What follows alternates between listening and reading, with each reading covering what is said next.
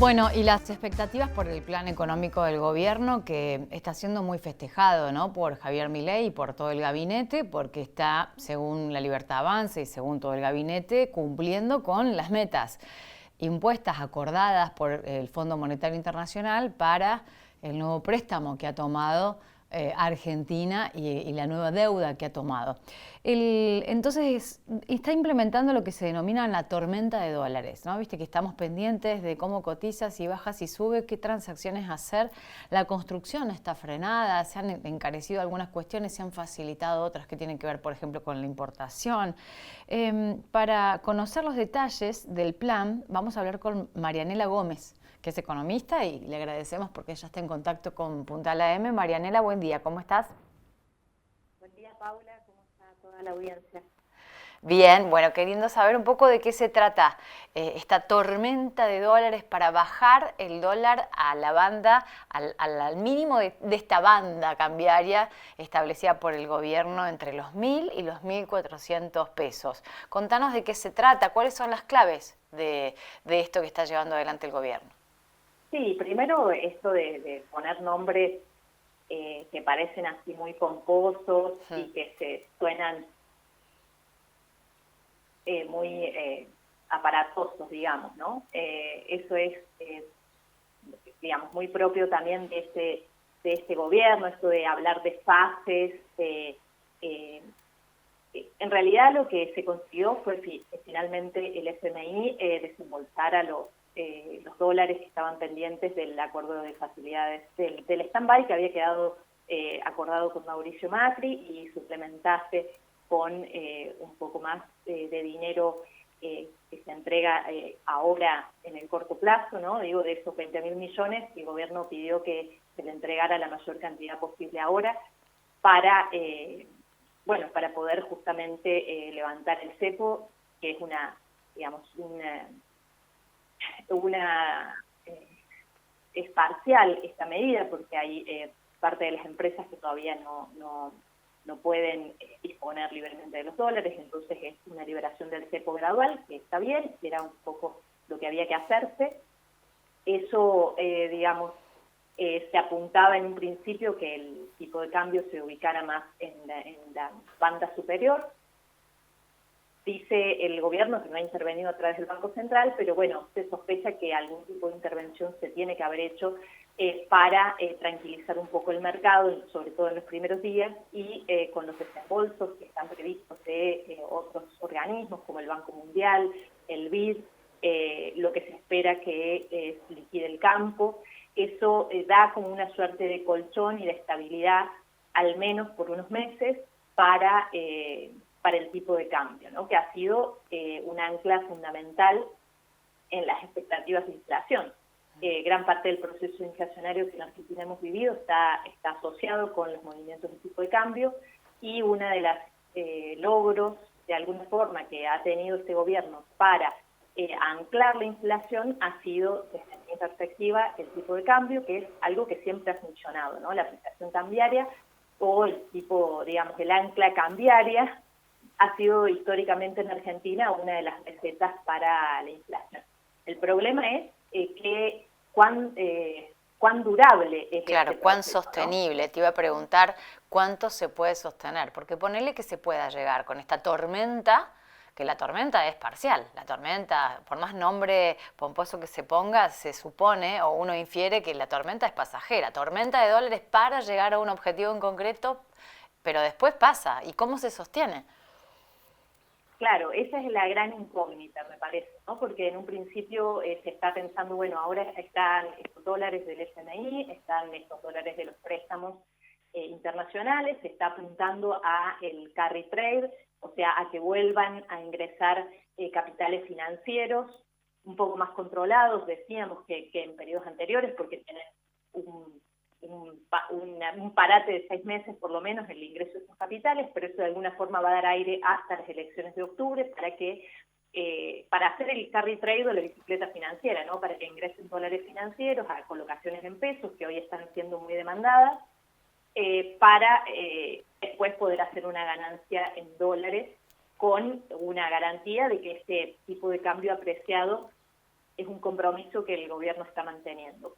Pero de fondo no hay una generación genuina de dólares, no estamos viendo que los dólares que se están recibiendo sean dólares que vayan a durar mucho tiempo, ¿no? Y ese es el problema clave, ¿no? No hay una inversión en infraestructura que asegure que esto va a tener sostenibilidad. El tipo de estructura que se firmó con el RIGI, lo único también que garantiza es que los dólares van a llegar para irse.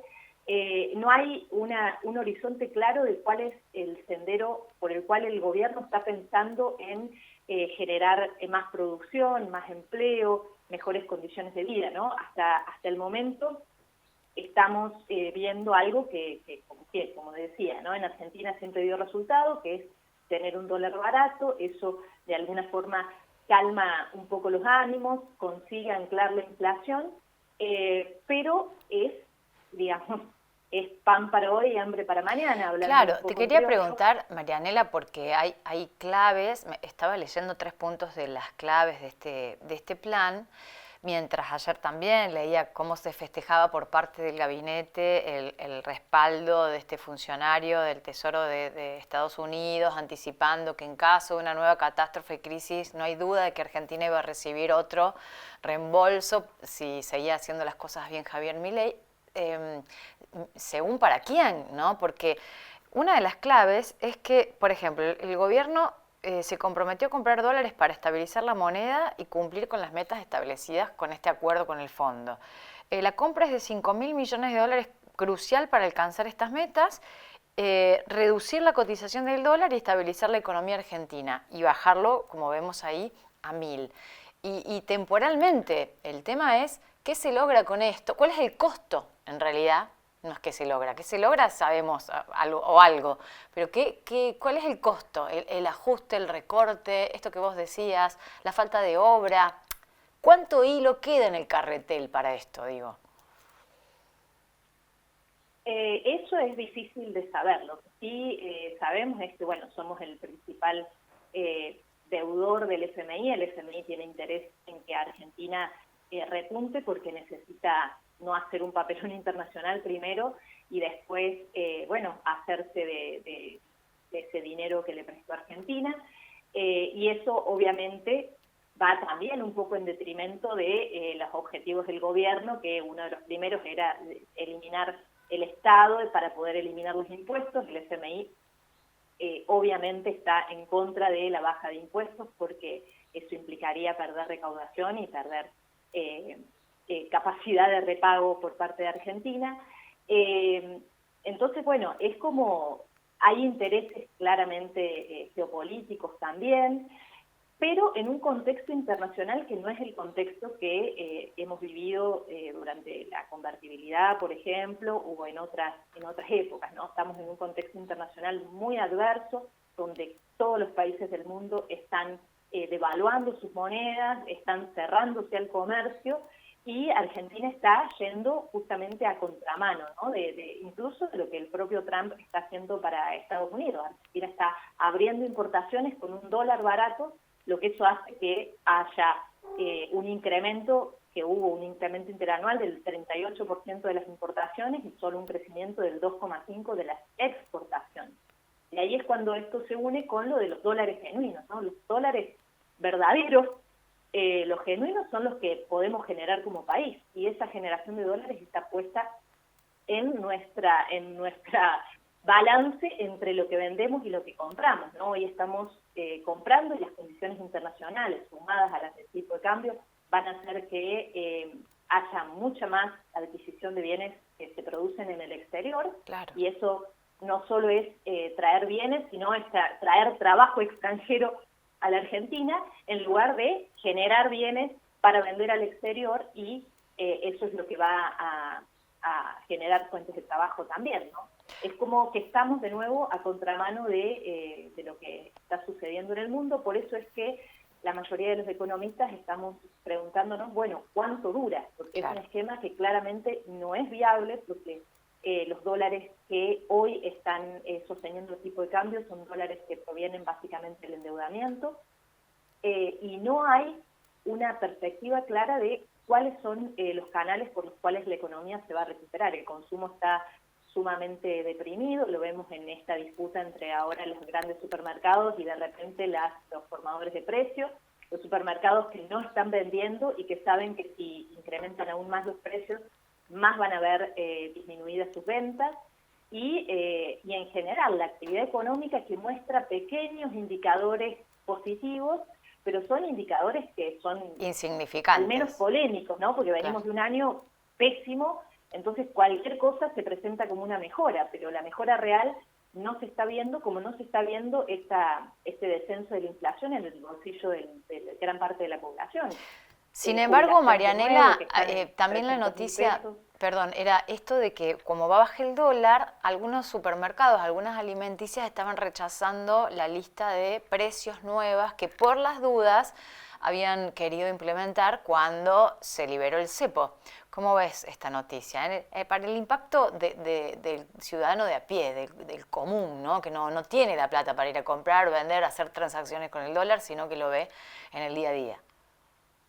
No, a ver, yo lo veo, está bien, digo, pero no tiene nada que ver con el discurso libertario, ¿no? De que el mercado se autorregula y que las cosas están bien, que hay que dejar que todo fluya, ¿no? Esto probablemente, si no hay acuerdo, haya algún tipo de desabastecimiento en algunos productos, ya lo están anticipando las cámaras empresarias, pero de nuevo, esto tiene que ver con que no hay una recuperación real del poder adquisitivo, por eso las grandes superficies, los supermercados están diciendo no podemos aumentar más porque no está habiendo consumo, ¿sí?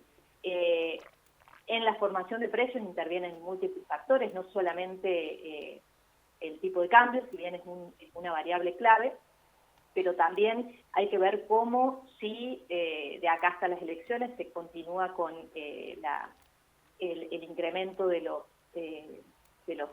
precio de los servicios públicos, ¿no? La quita de subsidios, cómo esto también va a impactar en la estructura de costo de las empresas. Todo eso también son componentes de la inflación, son componentes centrales, ¿no? Uh-huh. No el tipo de cambio es uno, pero el precio de las tarifas del combustible son también factores que explican los componentes inflacionarios. Venimos de varios meses de desaceleración de la inflación, pero el mes pasado, justamente el día que se volvió a sacar el cepo, hubo un incremento importante y se espera que para abril vuelva a haber incrementos en la inflación. Pero bueno, de nuevo, el problema más de fondo es la sostenibilidad de este modelo. Para mí, esa es la pregunta clave, ¿no? Entiendo que el gobierno celebre la desaceleración de la inflación, que realmente ha sido un logro. El problema es cuál fue el costo de eso, ¿no? De nuevo, gran parte del ajuste recayó en jubilados, están teniendo jubilaciones en torno a los 1.000 pesos, y digamos en los sectores trabajadores, que ya no tienen más margen para ajustar. Entonces, bueno, ¿cómo nos recuperamos de ahí? ¿Cuál es el horizonte? ¿Cuál es la próxima fase que involucra el crecimiento, la mejora de las condiciones de trabajo, del poder adquisitivo? Yo no veo que el plan del gobierno se dirija en esa dirección, sino por el contrario, las exigencias del FMI apuntan a una mayor flexibilización laboral, una reforma previsional que va a empeorar las condiciones de los jubilados. Entonces, bueno, sigue siendo... Sí, hasta el régimen de coparticipación. Hasta el régimen de coparticipación fue uno de los puntos a tratar en el acuerdo con el fondo, ¿no? Digo, interfieren directamente en la política interna de la Argentina. Y quería preguntarte más allá de eso, y que eso es el plan que el gobierno planteó y fue votado por la gente, por eso digo, cuánto hilo en el carretero hasta que se caiga en la sensación real, digamos, se empiece a vivir en carne propia, lo que está pasando, lo que le está pasando a la mayoría de la gente. Viste que por ahora decís, bueno, bajo el dólar, entonces ahora hay que aprovechar para viajar, para comprar cosas importadas. Es como decir, vivamos hoy porque después se cae todo. En una versión superflua y súper tonta lo que te estoy diciendo, ¿no? Pero digo, hay gente que te dice, bueno, pero ahora... Sí. es lo que ha dado resultado en la historia argentina, ¿no? En general, el dólar barato ha sido un mecanismo de control social, si se quiere, ¿no? Y de síntoma de, de acompañamiento de la sociedad. Sucedió en el gobierno de Martínez de Oz, sucedió durante la compatibilidad. Eso, siempre el dólar es el valor que de alguna forma, como decíamos, estamos mirando siempre los argentinos, y un dólar barato en general ha sido un atenuante de los conflictos sociales. Ese obviamente es mi perspectiva, un poco una perspectiva que tiene que ver con una mirada más histórica de lo que ha pasado con las apreciaciones cambiarias, que no tienen demasiado sustento, ¿no? Que en algún momento terminan estallando, y el costo también de esa apreciación cambiaria, lo sabemos en términos de competitividad, de productividad, de generación de empleo, son también muy altos. Marianela Gómez, economista, un placer conversar contigo. Muchas gracias por ayudarnos a comprender algunas cosas. Gracias a ustedes por la comunicación. Que tengas buen día.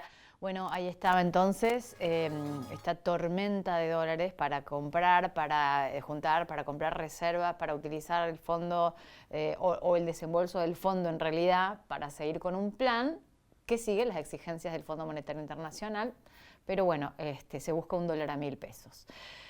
Pausa, ya venimos con más.